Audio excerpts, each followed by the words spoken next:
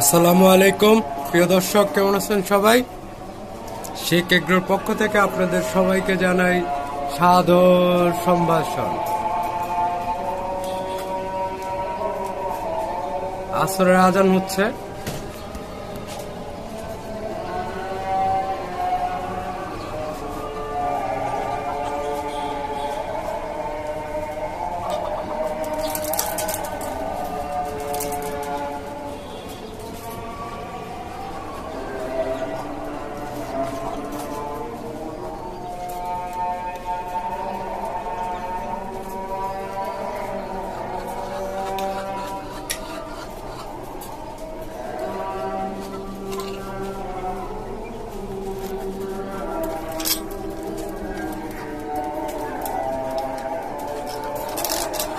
তো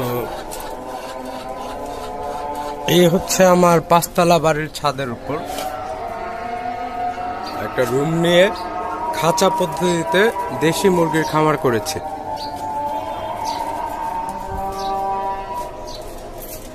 আরো কিছু টাইগার মোরগ আছে আমার কাছে, কিন্তু আপনার ম্যাক্সিমামই হচ্ছে আপনার দেশি মুরগি আমার এখানে। এই যে আমার আরেকটা খাঁচা।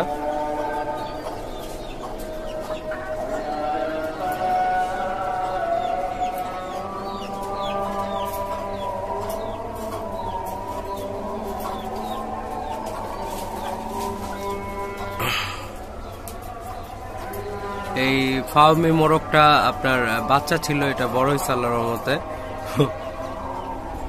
ফার্মি আনা হয়েছিল আপনার এই 8টার মতো, এখন একটা আছে। 2টা জবাই করা হয়েছে, বাকিগুলো মারা গেছে।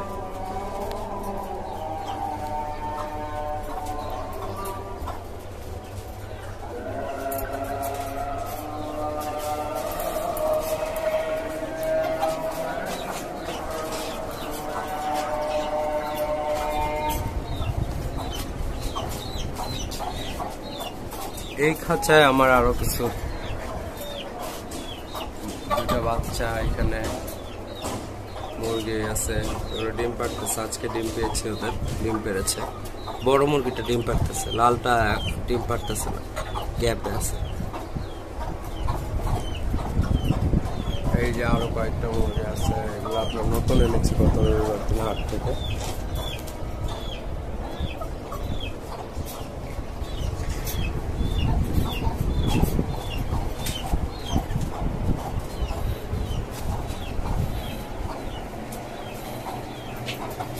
আর এখানে আমার একটা গলাছিলা মুরগি আছে।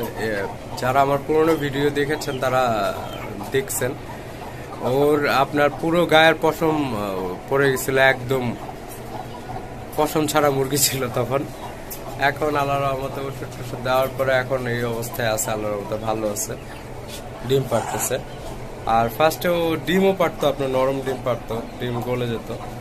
তা এখন আল্লাহর রহমতে সবই ঠিক হচ্ছে আপনাদের দোয়ায়। আর এই মুরগিটাও ডিম পাচ্ছে, আজকে ডিম পেড়েছে।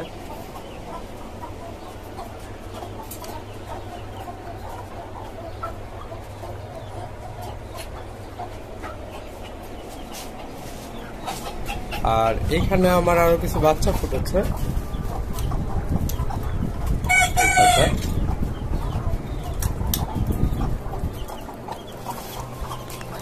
বাচ্চাদেরকে আমি দিচ্ছি সোনালি স্টার্টার, এই বাচ্চাগুলোকে খাবার। আর আপনার ডিমের মুরগিগুলোকে আমি লেয়ার 1 দিচ্ছি। আর যেগুলো আপনার আমার 3 মাসের বাচ্চা আছে, যে এই খাঁচা, হ্যাঁ এই খাঁচায় যেগুলো আছে ওদেরকে আপনার আমি সোনালি গ্রোয়ার দিচ্ছি।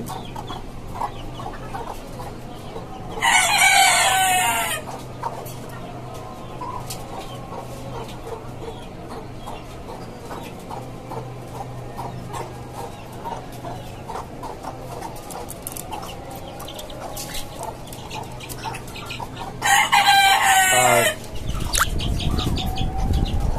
এই যে দেখেন কতগুলা কবুতর বাইরে থেকে আসে, এসে আমার ঘরের খাবার দাবার খেয়ে চলে যায়।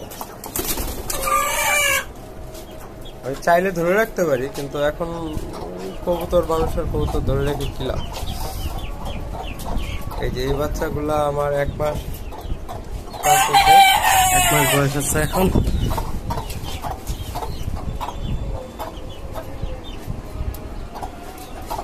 এই বাচ্চাগুলো প্রথম ফুটেছিল, এগুলা আপনার 8টা বাচ্চা ফুটেছিল আপনার, কিন্তু তখন আমি আপনার নতুন অবস্থায় থাকাতে আপনার এগুলাকে আপনার হওয়ার পরে যে এগুলাকে জ্বর আসে বা এগুলার জন্য ওষুধ দিতে হয় এগুলো আমার জানা ছিল না। তো তখন আমি কোনো ওষুধ না দেওয়াতে আপনার আমার 5টা বাচ্চাই মারা গেছে 8টা থেকে। আর এই 3টাকে আপনার যখন থেকে ওষুধ খাওয়ানো শুরু করছি তারপর আল্লাহর রহমতে 3টা এই অবস্থায় আছে এখন।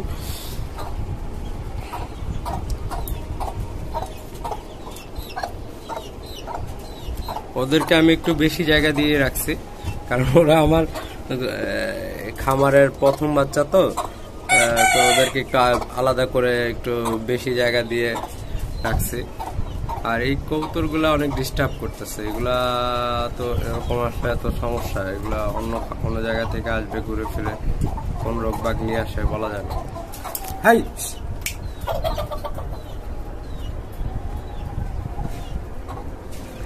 তো এই ছিল আমার খামারের বিস্তারিত 5তলা বাড়ির ছাদের উপর। যাদের আপনার শখ করে মুরগি পালতে চান তারা আপনার আমার এই পদ্ধতিটা দেখতে পারেন, এবং এই পদ্ধতিতে মুরগি পালন করতে আপনার জন্য পরিশ্রম কমে যাবে, এবং মুরগির পরিচর্যা আপনি ভালোভাবে করতে পারবেন। কারণ এখানে আপনার খাঁচায় থাকার কারণে আপনার এদেরকে দেখতে আপনার সুবিধা হবে, প্রত্যেকটাকে ইন্ডিভিজুয়ালি আপনি চেক করতে পারবেন কোনটা কি অবস্থায় আছে। আসলেই আপনি একবার দেখলেই বুঝতে পারবেন যে কোনটা কি অবস্থা আছে, তো কোনটাকে কোন ট্রিটমেন্ট দিতে হবে আপনি সেটা একটা চেষ্টা করতে পারবেন যে কোন ট্রিটমেন্টটা করলে, কোন মেডিসিনটা দিলে আপনার কখন কোন মুরগিটা কোন কাজ হবে, এগুলো আপনার তখন আইডিয়া হবে যখন এরকম সিঙ্গেল থাকবে। আর যখন একসাথে অনেকগুলো থাকবে আপনার একটা একটা করে দেখা কিন্তু আপনার পক্ষে সম্ভব হবে না। তখন আপনার একটা মুরগির আপনার রোগ হলে কি হয়, এরা তো আপনার ছোট প্রাণী, একটা মুরগির রোগ হলে আপনার একটা থেকে ছড়াতে থাকে। আর এখন আপনার বেশিরভাগ রোগগুলোই ভাইরাস ক্যাটাগরির, এগুলো আপনার ছড়ায় যায়। তো সেই জন্য আপনার এগুলাকে আপনার সিঙ্গেল ভাবে ইন্ডিভিজুয়ালি আপনার তদারকিতে রাখতে হবে, দেখাশোনার মধ্যে। তো ওরকম যদি রাখতে পারেন তাহলে ইনশাল্লাহ আপনি এগুলো থেকে ভালো একটা রেজাল্ট পাবেন। এই যে দেখেন এই কবুতরগুলোকে আমি এত ভাগাই দিচ্ছি, তারপর আসতেছে আরো আসে, 4-5টা আসে একসাথে।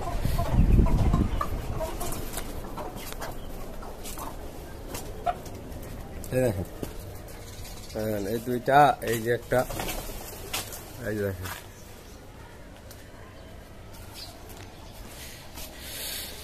এগুলো আসে এই যে এটা আমার ফুফুর বাড়ি, আমার ফুফুর বাড়ি ওইখান থেকে চলে আসে, আমার ফুফুতো ভাই পালে এই ছাদটাতে।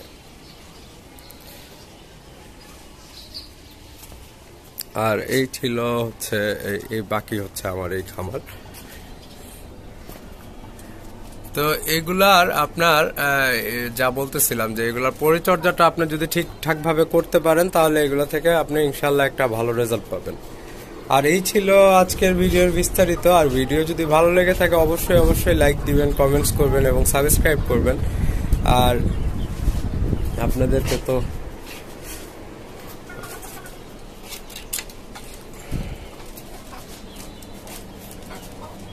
আর সেই অবধি সবাই ভালো থাকবেন আর আমার খামারের জন্য দোয়া করবেন। ইনশাল্লাহ আবারও দেখা হবে। আল্লাহ হাফেজ, টেক কেয়ার, আসসালামু আলাইকুম, বাই বাই।